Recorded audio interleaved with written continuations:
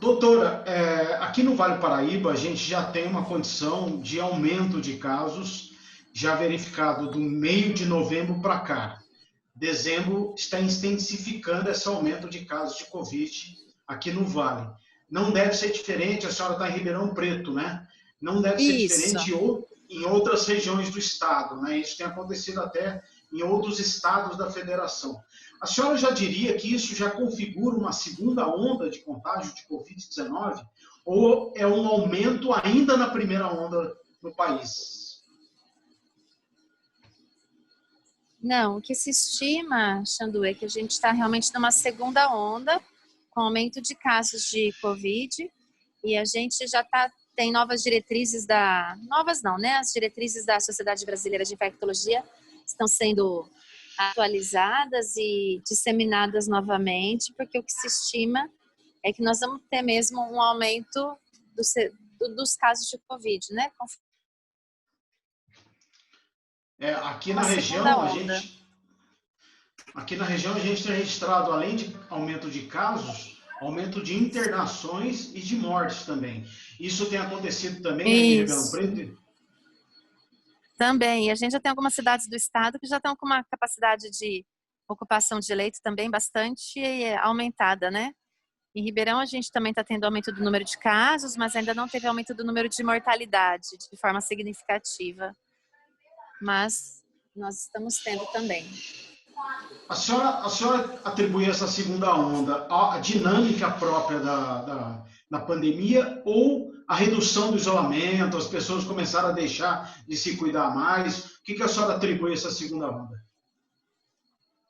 As duas coisas, Xandu, com a flexibilização das medidas, né? Abertura de comércio, a gente teve essa aproximação da eleição, agora é época de final de ano, de festas, as pessoas começaram a se preocupar menos e serem menos cuidadosas com as medidas de prevenção. Só que a gente imaginava que quando fosse ter essa abertura da flexibilização, aumento a abertura das escolas, né? Muitas cidades abriram as escolas novamente, era esperado mesmo que você fosse ter uma disseminação do vírus. Como a gente teve esse aumento e um menor cuidado por parte das pessoas, era esperado que tivesse uma segunda onda mesmo. Então é uma combinação de coisas, né? Agora, a senhora se preocupa que essa segunda onda aqui no país seja tão grande, tão grave como tem acontecido na Europa? Na Europa tem alguns países que a segunda onda é pior que a primeira. Como é que a senhora acha que pode acontecer aqui no país? Pode acontecer isso também? A segunda onda pior do que a primeira? Xandu pode, mas depende, acho que, do cuidado da população. Se a gente conseguir se preservar, se cuidar, especialmente agora no final do ano, em que começam as confraternizações, né, os encontros de grupo, a gente tem que ser extremamente zeloso esse ano ainda, tanto nos encontros como nas viagens, de forma a gente conseguir conter a disseminação do vírus e o aumento do número de casos. Alguns profissionais médicos estão realmente muito preocupados com o final de ano, né? Diz que dependendo aí das aglomerações, pode haver um grande impacto em janeiro no sistema de saúde. A senhora também compartilha dessa preocupação? Isso. Essa preocupação é realmente da sociedade brasileira, né? Que a gente está vendo que está tendo esse aumento do número de casos e as pessoas não estão se cuidando muito, não. Pensando nas confraternizações novamente. Então, se a gente realmente não voltar com as medidas de proteção, a tendência é isso piorar em janeiro, né? A gente tem um aumento do número de casos, mortalidade e até diminuição do número de leitos disponíveis em janeiro. Inclusive, já há uma saturação em algumas cidades de leitos privados também, né, doutora? A segunda onda sempre depois piora a questão dos leitos públicos. A senhora também tem observado uma procura grande por leitos privados aí na região de Ribeirão Preto, no estado? Tem havido uma saturação maior desses leitos privados também? Aqui em Ribeirão a gente tem tido aumento do número de ocupação de leitos, mas ainda a gente não está com uma... A gente tem ainda ociosidade na ocupação, né? Mas a gente já aumentou o número de internações de novo pelo Covid. Eu tenho acompanhado a situação na Europa e eu li algumas avaliações. Eu acho que cabe aqui a nossa situação, porque está todo mundo muito cansado, né? Muito exausto da Covid, né? A impressão que dava é que a gente entraria em 2021 já numa situação bem mais tranquila, já com a perspectiva de vacina. Nesse momento, com o crescimento de segunda onda, já com essa exaustão das pessoas em ficar em casa, em tomar as medidas, é um quadro que o vírus adoraria encontrar, né, doutora? Exatamente, né? É um ambiente propício, né? As pessoas já com pouco cuidado, já com a flexibilização do mercado, né? De essa época de confraternização, então a tendência é a propícia para o aumento dos casos de infecção, né? E como é que a senhora está acompanhando a questão da vacina? A senhora está otimista para as vacinas que estão sendo testadas? Acha que já no começo do ano, como o Estado de São Paulo, o governador tem falado, a partir do dia 25 já teria aí a vacina para imunizar? Como é que a senhora tem acompanhado essa discussão? Eu acho que a gente ainda tem eu até acredito, as vacinas que estão em teste, na verdade, estão tendo boa resposta, mas eu não acho que vai ser tão rápido não para a gente ter isso no país. Então, primeiro pela capacidade de distribuição para a população, né? Mesmo que para venda, a nossa estimativa é que a gente vai ter isso para comercializar, né? A partir do segundo semestre, perto de setembro, outubro. Para ter disponível, eu acredito sim que em fevereiro a gente possa ter, mas para a gente ter com tranquilidade, para compra e para venda, eu não acredito que nós vamos ter isso antes de outubro do próximo ano. Doutora, como é que a senhora vê a questão agora do novo normal? Todo mundo tem falado que 2021 a gente vai ver a gente vai viver o novo normal, né? Como é que a senhora pode explicar o que vai ser isso? Vai ter que ter vacina primeiro ou sem vacina? Como é que vai ser esse novo normal em 2021? Xandu, na verdade as pessoas têm que... O novo normal tem a ver com os nossos hábitos de vida mesmo, com o cuidado que a gente tem diariamente com nossos familiares, com a nossa prática de trabalho, com os cuidados que a gente tem que ter no carro, no supermercado. Isso que a gente nunca valorizou, esses pequenos cuidados que nunca foram valorizados e que, na verdade, na minha especialidade, isso é a prática diária, né? Então, isso é uma coisa que eu já vivencio e oriento meus pacientes já há muito tempo por isso. É uma coisa que tem que ser incorporada para a nossa prática diária. Esses cuidados, esse zelo que a gente tem que ter, ele não tem que acontecer em 2020 ou em 2021. Ele tem que ser a nossa prática diária.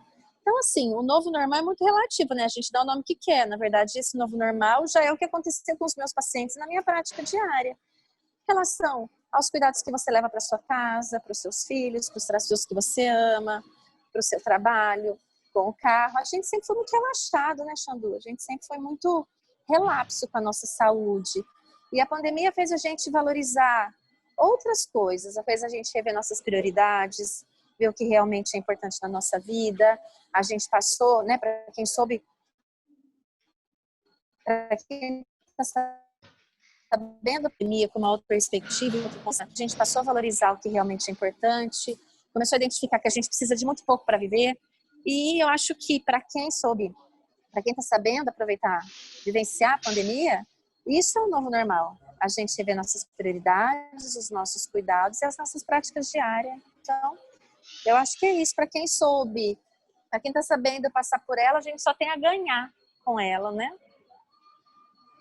A senhora usou um termo muito interessante, incorporar. Porque muita gente está achando que o que foi feito durante a pandemia é como se fosse um hiato, né? Nós vivemos numa época exatamente, com medidas temporárias e depois nós vamos voltar ao que era antes. Mas não é, né? Não vai ser. Na verdade, não deveria ser. A gente sempre foi pouquíssimo cuidadoso. Eu te falo porque eu sou profissional de saúde, trabalho no hospital, tenho criança pequena em casa e se você for ver, a gente sempre foi muito pouco cuidadoso, né? Então, assim, essas mudanças, elas têm que ser incorporadas à nossa prática diária. E isso que a gente vivencia hoje, tudo bem que em alguns pontos nós somos muito extremistas, e isso vai mudar um pouco com a diminuição da pandemia, mas tem hábitos que a gente adquiriu que vão ter que ser mantidos para sempre, né? E isso é bom, isso não é ruim. Isso é muito bom. E agora, nesse quadro que a senhora traçou, esse retorno à normalidade, vamos imaginar uma situação próxima ao que a gente tinha antes da pandemia, né? Retorno àquele tipo de vida, a senhora acha que vai demorar ainda? Vai 2021, vai 2022? O que a senhora está vendo aí, imaginando uma na verdade, harmonização mais... tem que saber o que é esse tipo de vida que você fala, porque esse tipo de vida é muito relativo.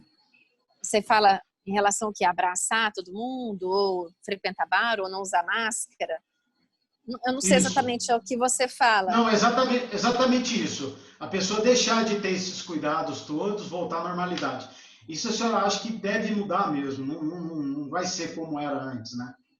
Eu acho que a gente pode ser mais zeloso do que era antes. A gente não precisa deixar de frequentar restaurante, não precisa deixar de frequentar shopping, mas nós podemos e devemos ser muito mais zelosos do que éramos anteriormente, tá? Não vejo problema nenhum nisso. Eu acho que é uma revisão mesmo. A gente não tem necessidade de chegar num bar e beijar todo mundo que está vendo no bar.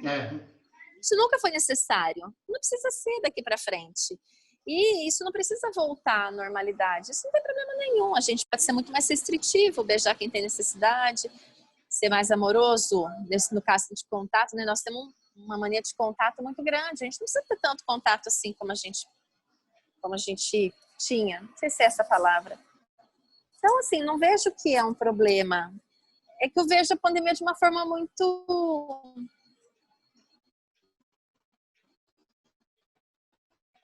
Eu li todos os dias, entendendo? E você fala assim, essas orientações que eu, por exemplo, quando eu tenho que dar orientação para os meus pacientes, quando eu começo a fazer quimioterapia, eu falo para eles, você não tem que fazer diferente do que você vê na televisão todos os dias. É esse que são os cuidados necessários para alguém que tem uma leucemia, que vai começar uma quimioterapia. Você não deve se expor, não deve beijar todo mundo, não deve frequentar na sua casa pessoas que estão com quadro gripal. Você entendeu que isso, para mim, era normal, né? Essas orientações já faziam parte do meu dia a dia, né? E eu acho que essas, lógico que um pouco menos de estresse, a gente deve mantê-las daqui para frente. Doutora, vamos chegando já próximo no final do tempo da nossa entrevista. Eu agradeço demais a sua participação. Lhe faço uma última pergunta. Essa questão da Covid, tem uma coisa que eu pergunto isso praticamente a todos os médicos que eu entrevisto. Qual é a lição a senhora acha que a Covid deve deixar para o país, para a humanidade, para as pessoas de um modo geral?